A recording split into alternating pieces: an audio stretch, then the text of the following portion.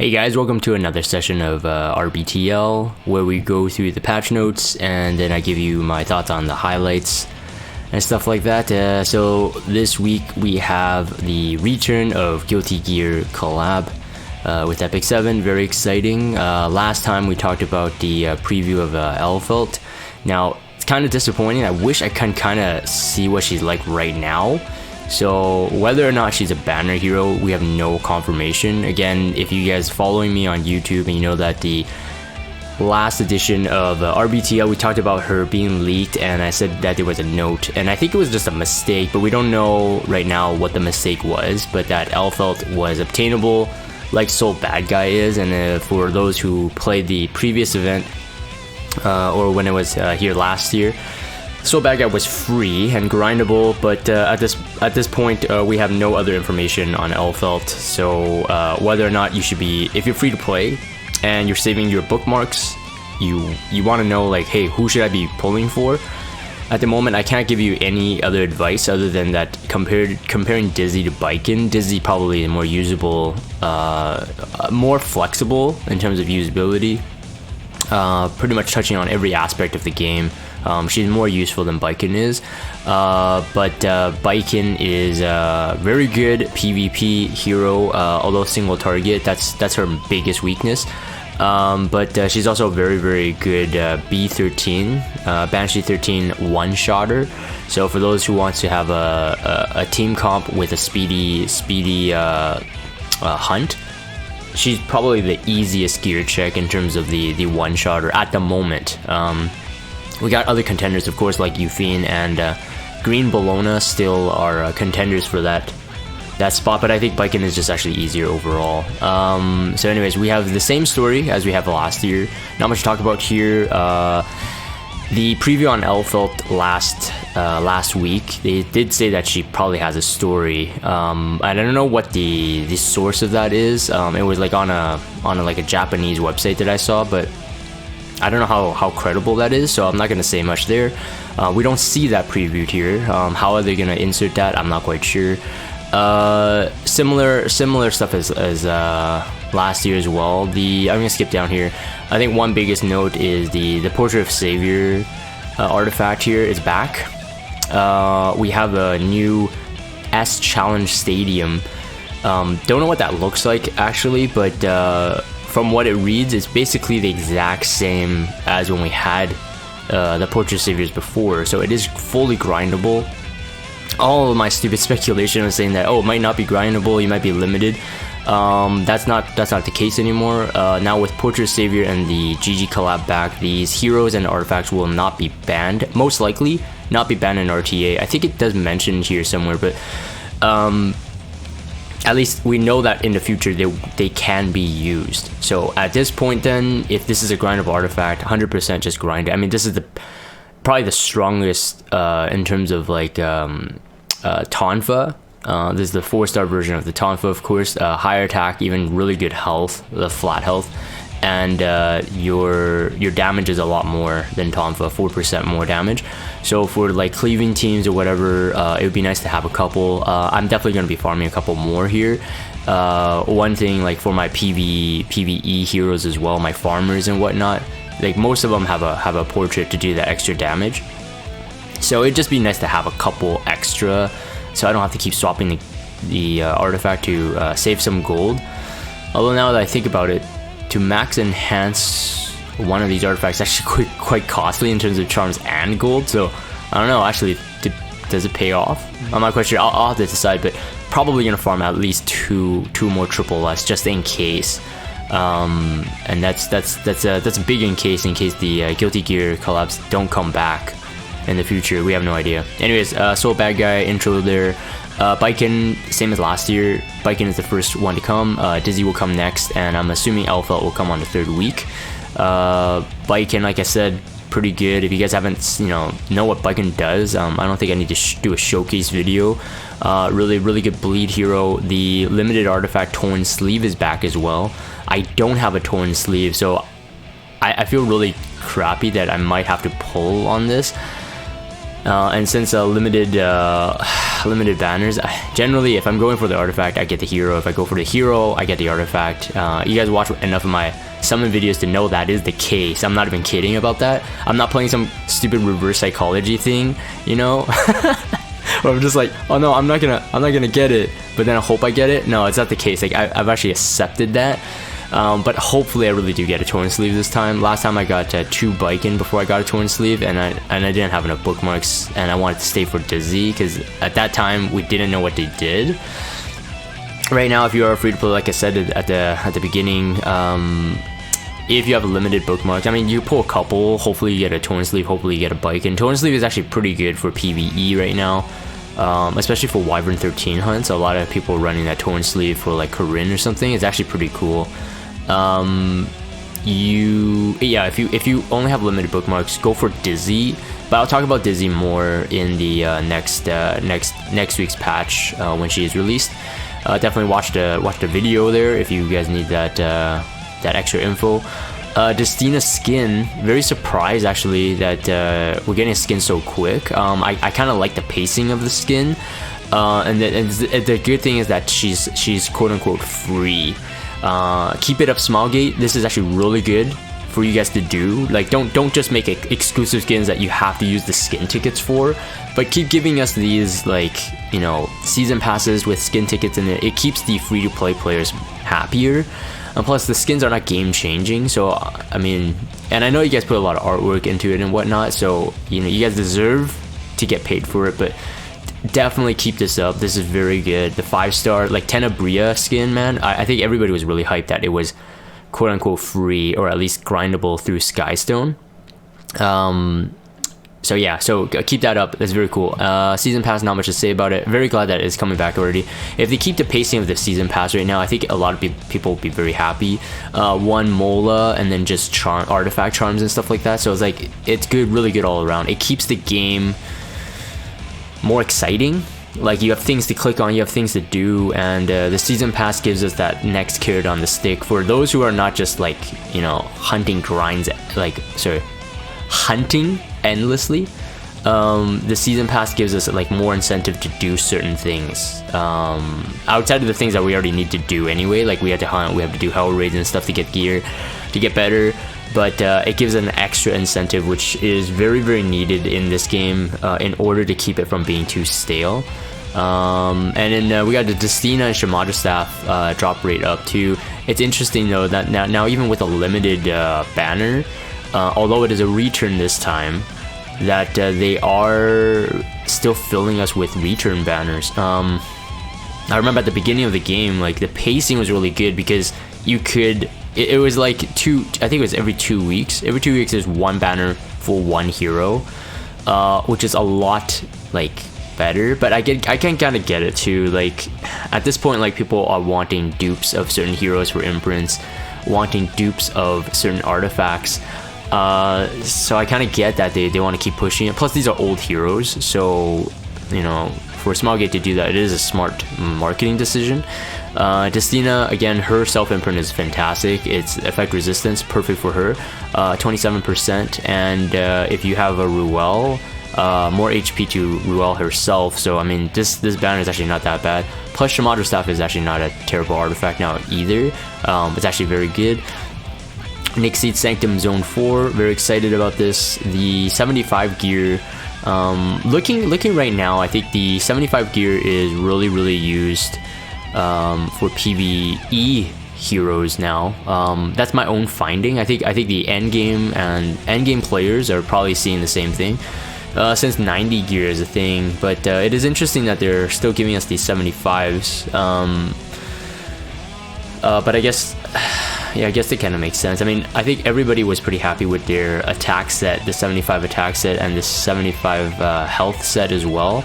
Those rolled really good, I think, for everyone on average. I haven't really heard much salty feedback. Maybe some people on the attack set, but the health set, everybody rolled like insanely good stats on it, like for every piece. Like, my Dark Corvus right now is fully built on just the health set itself. And he has like 100 effect resistance and like 31,000 HP. I'm like, what? And like 160 speed. So it's like, very cool. It's very cool. But yeah, my comments on that, these roll really high. That's what really surprised me. They're 75s. They roll higher than like some of my 85 crafted ones. Specialty change Raz. I'm gonna make it on a separate video. My initial thoughts on Raz, and we also have at this point we have a video preview of Moonlight Haste. I think his name is Blood Moon Haste, if I remember correctly. ML Haste. Very cool stuff. I'll definitely share my thoughts there on a separate video. But yeah, Adventure Raz looking very, very, very promising actually. Like I've said this before, that a lot of the specialty change heroes that came out, let's say like SC Wanda and even Helga, the issues with them is that their tankiness is not quite there. But SC Raz is a knight and a Libra knight. Even though he is a 3-star, he is relatively tankier. I think tankier specialty change heroes will be like much better, or at least the purpose is to be built tanky. So i.e. Angelica Montmorency, Falcon O'Cleary, those ones in the current meta. I'm talking about like, are you gonna really use specialty change hero in like, let's say like top end RTA? Yes, if they're tanky. If they're tanky, they're good. If they're not, it's harder to use. The sustainability of them is much harder. But anyways, we'll talk about the specialty change Raz later on in another video. Hunt 13, 12 and 13 improvements. This one I'm going to spend a bit more time on, because I think this is a good time for me to segue into a critique of the Hunt 90s at the moment. I myself am, I'm hunting like crazy, because all of a sudden the 90 gear really makes a big difference. I'm talking about like someone with the capability, usually whales, capability of actually going crazy on 90 gear versus someone who's still stuck at 85 and maybe 1 or 2 pieces of 90 gear. The difference is insane. We've seen a couple RTA tournaments held throughout the past 2 weeks or so, and people can see the difference. 90 gear right now, especially for speed heroes, is probably the biggest difference. Since you're already a really fast hero and you just enhance the boot, you get 5 more speed on top of that. And yes, like while your bruisers, let's say an Apocalypse Robbie or something, if she's on a speed boot, yeah, getting 5 more speed is good, but you're not competing with like from like a 265 Bassar to a 270 Bassar, something like that. And of course, I'm even kind of ignoring the substat part of the speed rules. People with very good luck on speed rules will gain like extra, an extra distance in terms of like power creep when they actually reforge their speed gear, which again is a commentary in and of itself. But I just feel that the way the system is right now definitely sets apart free to play and pay to play. Although I will say, in the self critique of my own review on that thought, is that we still had that same problem before. So about 6 months ago, I started doing a lot of like high-end account reviews, and now like 6 months past, all the account reviews I've done, everybody's just like, oh, this account looks normal, and it's because it is. It's because it's the average. So the people on the YouTube comments like, this account looks like it. You don't need to account review it. Like if you review this account, you can review everyone's, and that's my point. Like, over time, even the whales, when we were stuck at 85 gear, even the whales were only starting to broaden the spectrum of their builds. You can't break the mechanics of the system and somehow roll something better when you already have like the best rolled gear.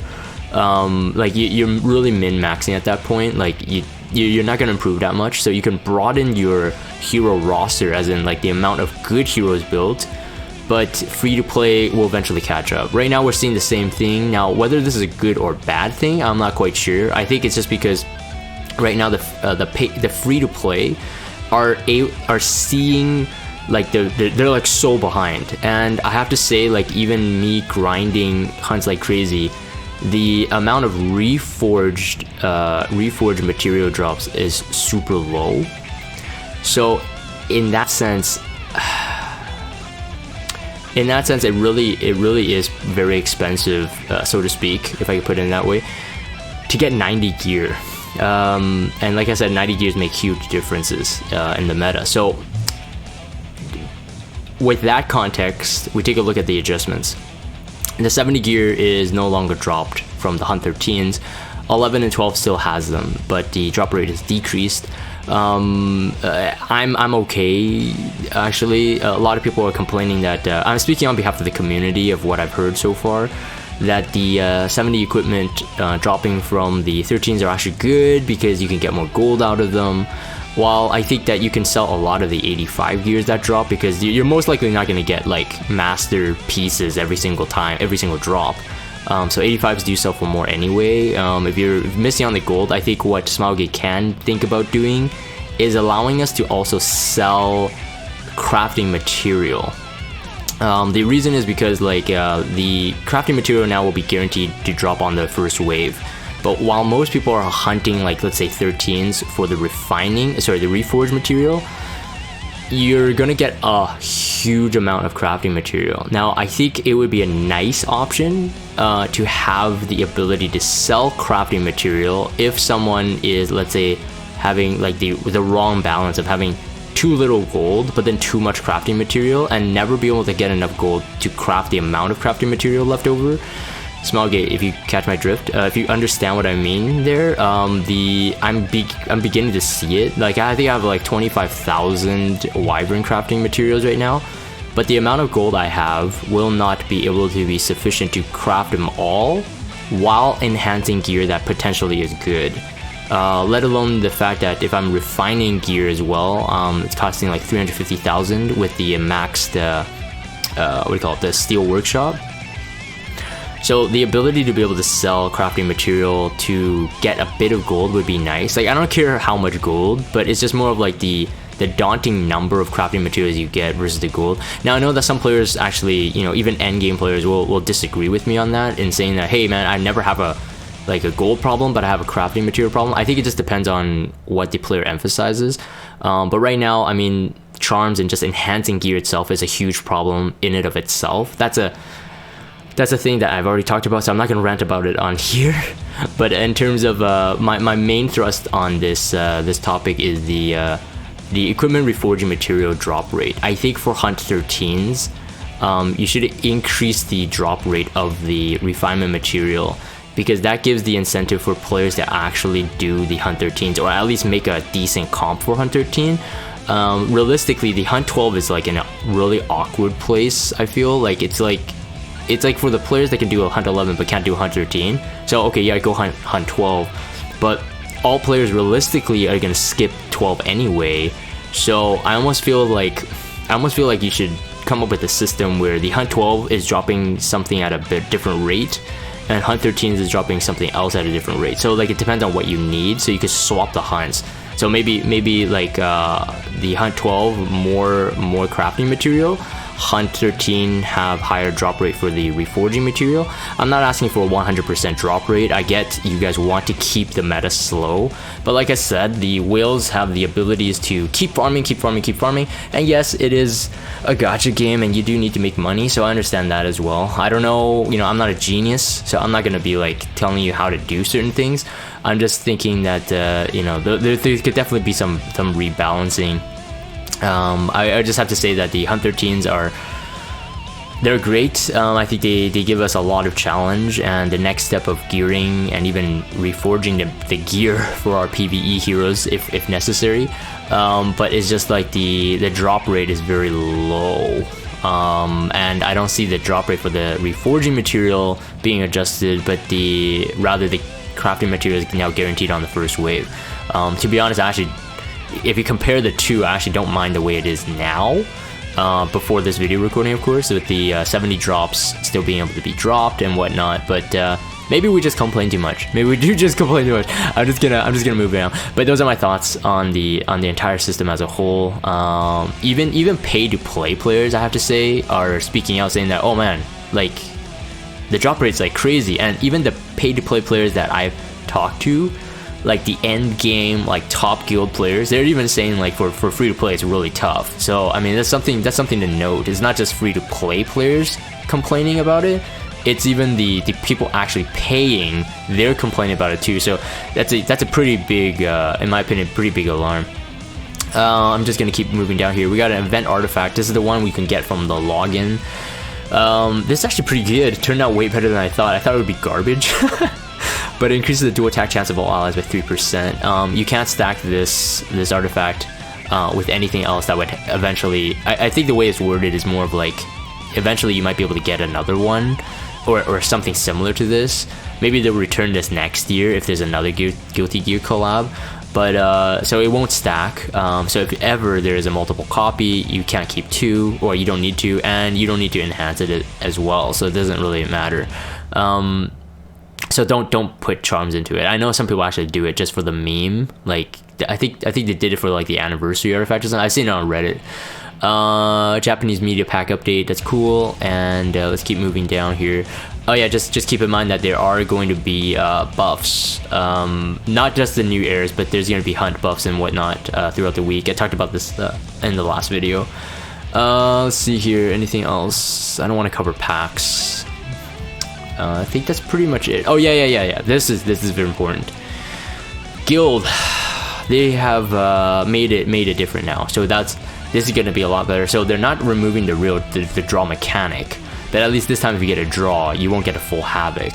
So that's good in a way. At least the guild that is defaulting to a draw, the draw button, at least they can't get like full advantage of it. That was just stupid before, but I'm glad they sort of fixed this. Anything else that I want to talk about? I think that's pretty much it. Anyways, this was way longer than I intended, but this is a big patch. So anyways, hopefully you guys are excited about Guilty Gear coming back. For those who are pulling for Biken and Dizzy, and hopefully later Elfelt, we'll have to see what she's gonna be like, and if she is a banner hero. Hopefully you guys get lucky. Hopefully I get lucky on Torn Sleeve. But I'm gonna end this here. If you guys have Discord, check out the Discord server. Follow me on Twitter. Subscribe to YouTube if you haven't. As always, thank you guys for watching, and I'll see you guys next time.